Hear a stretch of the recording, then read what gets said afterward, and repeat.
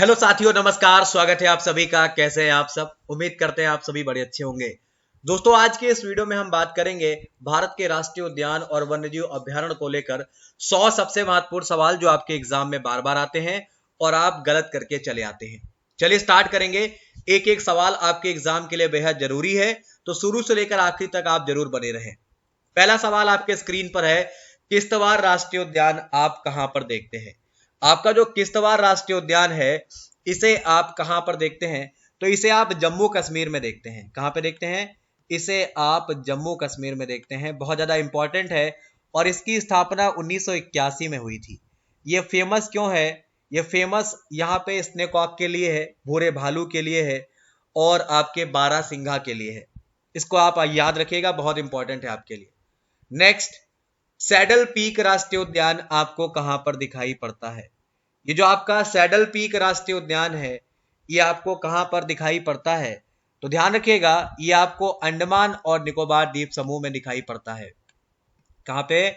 अंडमान निकोबार द्वीप समूह में ये आपको दिखाई पड़ता है। इसकी स्थापना 1979 में हुई थी।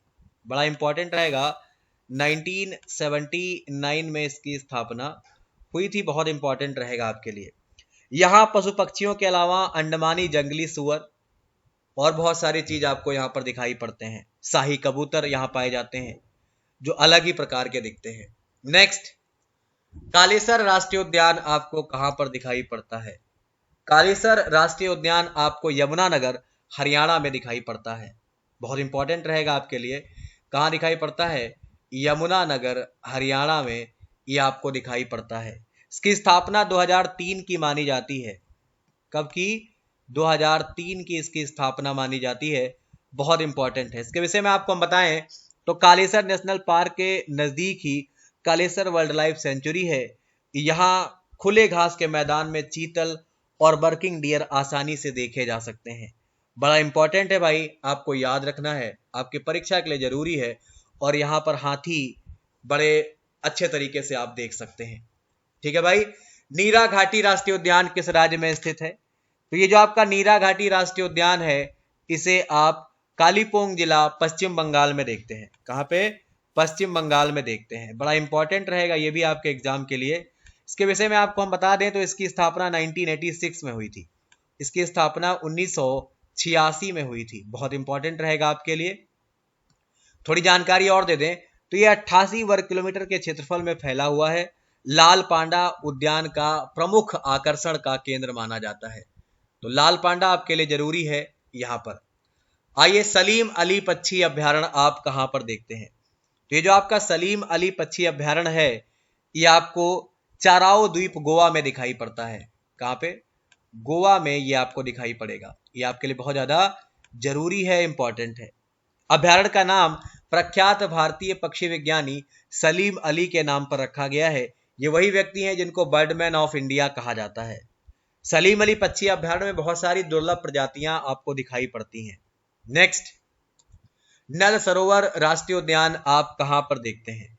तो ये जो आपका नल सरोवर राष्ट्रीय उद्यान है, इसे आप अहमदाबाद गुजरात में देखते हैं। कहां पे देखते हैं? अहमदाबाद गुजरात में देखते हैं। ये भी आपके लिए बहुत इंपॉर्टेंट है। और इसकी स्थापना 1969 में हुई थी। कब हुई थी भाई? इसकी स्थापना 1969 में हुई थी। इसके विषय में आपको अगर थोड़ी जानकारी दे दें तो ये बहुत इंपॉर्टेंट है। इसे 2012 में रामसर साइट भी घोषित किया गया। और बाकी आप जानते हैं यहाँ पर बहुत सारी पक्षियों की प्रजातियां आपको दिखाई पड़ती हैं जिनकी संख्या 200 से ज्यादा है। मतलब 200 से ज्यादा प्रकार की पक्षियां यहाँ पर आपको मिलते हैं। नेक्स्ट, पाखाल वन्यजीव अभ्यारण्य आपको किस राज्य में दिखाई पड़ेगा या किस स्थान पर आपको दिखाई पड़ेगा? तो याद रखिएगा, ये आपका वारंगल में दिखाई पड़ता है। वारंगल तेलंगाना आपको याद रखना है। और इसकी स्थापना 1952 की मानी जाती है। कब की? इसकी स्थापना 1952 की मानी जाती है। अभ्यारण्य का वातावरण और पाखल झील प्रकृति की सुंदरता को और बढ़ाने का काम करती है। बड़ा इंपॉर्टेंट ये भी रहेगा। अगला सवाल है, दंपा वन्यजीव अभ्यारण्य आप कहां पर देखते हैं? ये जो आपका दंपा है, इसे आप आइजोल मिजोरम में देखते हैं। तो यहाँ पे तो आप मिजोरम करेंगे। ये आपके लिए क्या है? बहुत ज्यादा जरूरी है, बहुत ज्यादा इंपॉर्टेंट है। ठीक है भाई। अच्छा, इसके विषय में आपको और बता दें 1985 में इसे वन्यजीव अभ्यारण्य माना गया और 1994 में इसे टाइगर रिजर्व क्षेत्र के रूप में घोषित किया गया। बहुत इंपॉर्टेंट रहेगा आपके लिए ये भी। नेक्स्ट आपको बताना है नोंगखाई लेम वन्यजीव अभ्यारण्य किस राज्य में स्थित है? केरला, झारखंड, मेघालय, सिक्किम। तो ये जो आपका राष्ट्रीय अभ्यारण्य है या वन्यजीव अभ्यारण्य है, ये आपको मेघालय में दिखाई पड़ेगा। कहाँ पे? ये आपको मेघालय में दिखाई पड़ेगा और इसकी स्थापना 1981 में हुई थी। कब हुई थी? 1981 में हुई थी। ये आपके लिए बहुत ज्यादा इंपॉर्टेंट है, बहुत ज्यादा जरूरी है। ठीक है भैया, आगे बढ़ते हैं। अगला सवाल, वन विहार राष्ट्रीय उद्यान आपको कहां पर दिखाई पड़ता है? वन विहार राष्ट्रीय उद्यान आपको कहां पर दिखाई पड़ता है? तो ये आपको भोपाल मध्य प्रदेश में दिखाई पड़ेगा। कहां पे? ये आपको भोपाल मध्य प्रदेश में दिखाई पड़ेगा। ये आपके लिए बहुत ज्यादा इंपॉर्टेंट भी है, जरूरी भी है। ठीक है, वन विहार राष्ट्रीय उद्यान जानवरों की दो श्रेणियों बंदी और शाकाहारी में वर्गीकृत किया गया है। यह आपका भोपाल में पड़ता है और इसकी स्थापना 1979 में हुई थी। कब हुई थी? 1979। तो ये आपको अच्छे से दिमाग में सेट रखना है। साइलेंट वैली राष्ट्रीय उद्यान आप कहां पर देखते हैं? तो साइलेंट वैली राष्ट्रीय उद्यान के विषय में आप सब जानते हैं। यह आपको केरला के पालक्कड़ जिले में दिखाई पड़ता है। बड़ा इंपॉर्टेंट रहेगा। तो यहाँ पे आपको साइलेंट वैली केरला लिख लेना है। कई बार आपसे पूछा भी गया है मूक घाटी, तो आप उत्तर देते हैं केरला। ठीक है, आप इसे दिमाग में सेट कर लीजिए। ठीक है भाई, अगला आइए, केबुल लामजाओ राष्ट्रीय उद्यान आपको कहाँ दिखाई पड़ता है? केबुल लामजाओ राष्ट्रीय उद्यान ये आपका विशुनपुर मणिपुर में दिखाई पड़ता है। कहाँ पे? मणिपुर में आपको दिखाई पड़ेगा। एक स्थान है जिसका नाम है विशुनपुर। इसकी स्थापना 1977 में हुई थी। अगर आप चाहें तो यहाँ पे लिख सकते हैं 1977 में इसकी स्थापना हुई थी। और इसके बारे में आपको हम बता दें, विश्व में इकलौता तैरता हुआ राष्ट्रीय उद्यान है और मणिपुर की विश्व प्रसिद्ध लोकटक झील का एक अभिन्न हिस्सा भी कहा जाता है। यहाँ पर आप संकटग्रस्त संगई हिरण देख सकते हैं। ठीक है भाई, अगला सवाल है सतपुड़ा राष्ट्रीय उद्यान आपको कहां पर दिखाई पड़ेगा? ये जो आपका सतपुड़ा राष्ट्रीय उद्यान है ये आपका होशंगाबाद में है और ये पड़ता है मध्य प्रदेश में। होशंगाबाद मध्य प्रदेश में ये स्थित है और इसकी स्थापना 1981 की मानी जाती है। 1981 की स्थापना मानी जाती है, जो आपको याद रखना है, भूलना बिल्कुल नहीं है। ठीक है भाई, इसका नाम सतपुड़ा श्रेणी से लिया गया है। इसकी सबसे ऊंची चोटी धूपगढ़ है जिसकी ऊंचाई 1350 मीटर है। यहाँ के जानवरों में आप तेंदुआ, सांभर, बाघ, मृग और बहुत कुछ देख सकते हैं। चलिए, ताडोबा अंधेरी राष्ट्रीय उद्यान आपको कहां पर दिखाई पड़ता है? तो ये आपको महाराष्ट्र में दिखाई पड़ता है और महाराष्ट्र में एक स्थान पड़ता है चंद्रपुर, वहीं पर आपको दिखाई पड़ता है। तो आप चाहें तो यहाँ पे महाराष्ट्र टिक कर सकते हैं। इसकी स्थापना 1955 की मानी जाती है, 1955। ये आपको अच्छे से याद रखना है, बहुत इंपॉर्टेंट रहेगा आपके लिए। ठीक है भाई, और ये महाराष्ट्र का सबसे पुराना और सबसे बड़ा राष्ट्रीय उद्यान कहा जाता है। ठीक है भाई, चलिए आगे बढ़ते हैं। अगला सवाल, केवलादेव घाना राष्ट्रीय उद्यान कहाँ स्थित है? बहुत इंपॉर्टेंट रहेगा। केवलादेव घाना राष्ट्रीय उद्यान किस राज्य में स्थित है? तो याद रखिएगा, बहुत इंपॉर्टेंट रहेगा ये भी आपके लिए। ये आपका भरतपुर राजस्थान में दिखाई पड़ेगा। कहाँ पे? राजस्थान में दिखाई पड़ेगा, भरतपुर में दिखाई पड़ेगा। आपको अच्छे से याद होना चाहिए, बहुत इंपॉर्टेंट है। इसकी स्थापना 1982 में हुई थी और 1985 में पार्क को विश्व विरासत में शामिल किया गया है। इसे पक्षियों का स्वर्ग कहा जाता है। आपको मालूम है, यहाँ पर पक्षियों की 370 से अधिक प्रजातियां आपको दिखाई पड़ती हैं। बड़ा इंपॉर्टेंट है आपके लिए। नेक्स्ट, ओरांग राष्ट्रीय उद्यान आपको कहां दिखाई पड़ता है? ओरांग राष्ट्रीय उद्यान आपको कहां दिखाई पड़ेगा? बहुत इंपॉर्टेंट है। तो ये पूर्वोत्तर असम में स्थित दिखाई पड़ता है और बड़ा ही लोकप्रिय नेशनल पार्क है। तो पहले तो आपको यहाँ पे असम टिक कर लेना है और ये बहुत ज्यादा फेमस है। ठीक है भाई, अच्छा इसके विषय में आपको हम बता दें, ये बस इतना ही याद रखिए। नेक्स्ट, जीवाश्म राष्ट्रीय उद्यान आपको कहां पर दिखाई पड़ता है? ये जो आपका जीवाश्म राष्ट्रीय उद्यान है ये आपका मंडला मध्य प्रदेश में पड़ता है। कहां पे? ये आपको मंडला मध्य प्रदेश में दिखाई पड़ेगा। इसके विषय में आपको बता दें तो इसकी स्थापना 1968 की मानी जाती है। 1968 की इसकी स्थापना मानी जाती है, जो आप चाहें तो याद कर सकते हैं।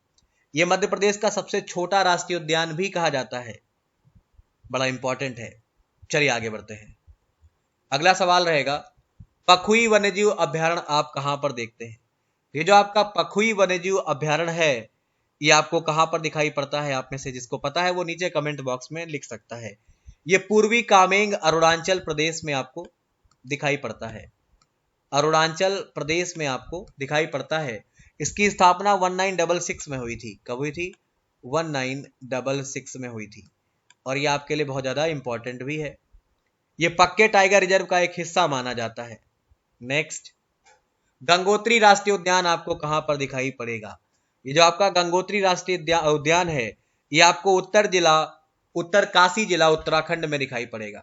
तो यहाँ पे आप उत्तराखंड कर सकते हैं, और जिला अगर आपसे कोई पूछे तो उत्तरकाशी जिला।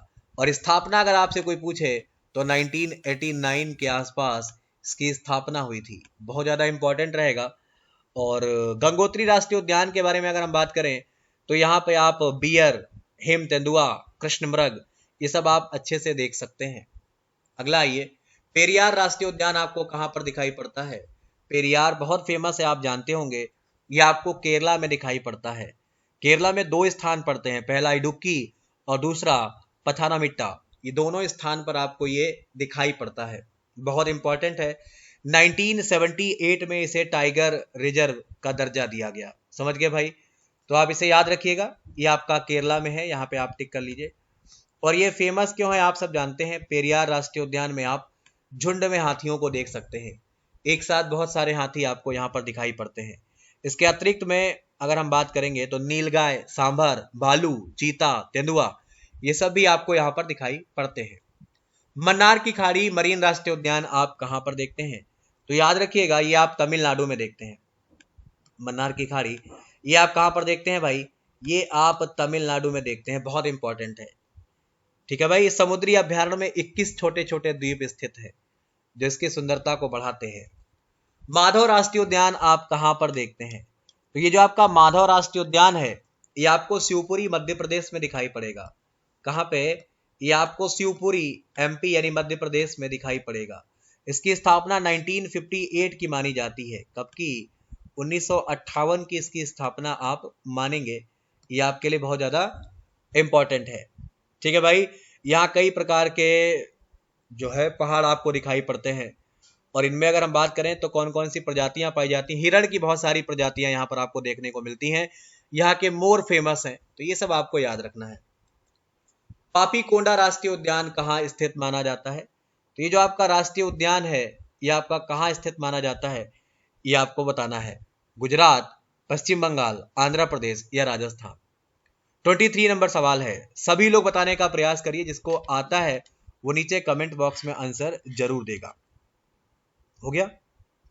चलिए, इसके विषय में आपको हम थोड़ी जानकारी दे दें तो यहाँ पे आपका उत्तर होगा आंध्र प्रदेश। क्या होगा? ये आपका आंध्र प्रदेश सही है। चलिए आगे बढ़ते हैं अगले सवाल की तरफ। इसकी स्थापना 1978 में हुई थी और 2008 में इसे राष्ट्रीय उद्यान में अपग्रेड किया गया। चलिए नेक्स्ट, नामदफा राष्ट्रीय उद्यान आप कहां पर देखते हैं? तो ये जो आपका नामदफा राष्ट्रीय उद्यान है, ये आपको अरुणाचल प्रदेश में दिखाई पड़ेगा। कहां पे? अरुणाचल प्रदेश में ये आपको दिखाई पड़ेगा। बहुत इंपॉर्टेंट ये भी है आपके लिए। और नामदफा नेशनल पार्क के विषय में अगर हम बात करेंगे तो ये एक बहुत बड़ा राष्ट्रीय उद्यान माना जा सकता है। नेक्स्ट, अंतिम रहेगा ये, हेमिस राष्ट्रीय उद्यान कहाँ स्थित है? हेमिस राष्ट्रीय उद्यान के विषय में अगर हम बात करेंगे तो ये आपका कहाँ पर स्थित है आपको मालूम है? ये भारत के लद्दाख क्षेत्र में आता है। कहाँ पे आता है? ये आपका लद्दाख क्षेत्र में आता है, और ये संपूर्ण भारत का सबसे बड़ा राष्ट्रीय उद्यान है। इसको आप दिमाग में रखिएगा।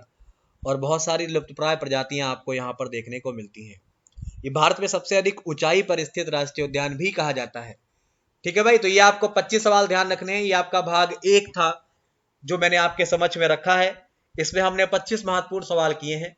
भाग 1 आपको जल्दी मिल जाएगा, भाग 2 आपको जल्दी मिलेगा। फिर उसके बाद आपको आने वाले सारे पार्ट मिल जाएंगे जिसमें हम लोग इस टॉपिक को कवर करेंगे। ठीक है भाई। और बाकी सारे अगर आप इसको देख रहे होंगे तो आप सर्च कर लीजिएगा, वहां पर भी आपको मिल सकते हैं। फिलहाल के लिए इतना ही रखते हैं, और कुछ जरूरी बातें आपसे और कर लें। अगर आपने अभी तक अनअकैडमी ज्वाइन नहीं किया है तो ज्वाइन कर लीजिए। नीचे वीडियो के डिस्क्रिप्शन में मुझे फॉलो करने का लिंक है, आप मुझे फॉलो कर सकते हैं, जहां से अगर आप प्लस ज्वाइन करते हैं तो आपको मेरी पेड क्लास करने को मिलती है। आपको ये कोड यूज करना है। अगर आप मेरी फ्री क्लास करना चाहते हैं उसके लिए भी आपको यही कोड यूज करना है। समझ गए? बहुत सारे बैच जो चल रहे हैं आप उनको ज्वाइन कर सकते हैं, बहुत सारे बैच जो खत्म हो गए हैं आप उनकी रिकॉर्डिंग देख सकते हैं, और रेज हैंड के ऑप्शन में आप अपने फेवरेट एजुकेटर से बातचीत कर सकते हैं। और आपके प्राइस बढ़ने वाले हैं रेलवे में, अगर आप चाहें तो रेलवे प्लस जरूर ज्वाइन करें और इसका लाभ उठाएं। तो फिलहाल आज के लिए 25 सवाल, उम्मीद करते हैं आपको अच्छे लगे होंगे। जल्द मिलते हैं भाग 2 के साथ। धन्यवाद।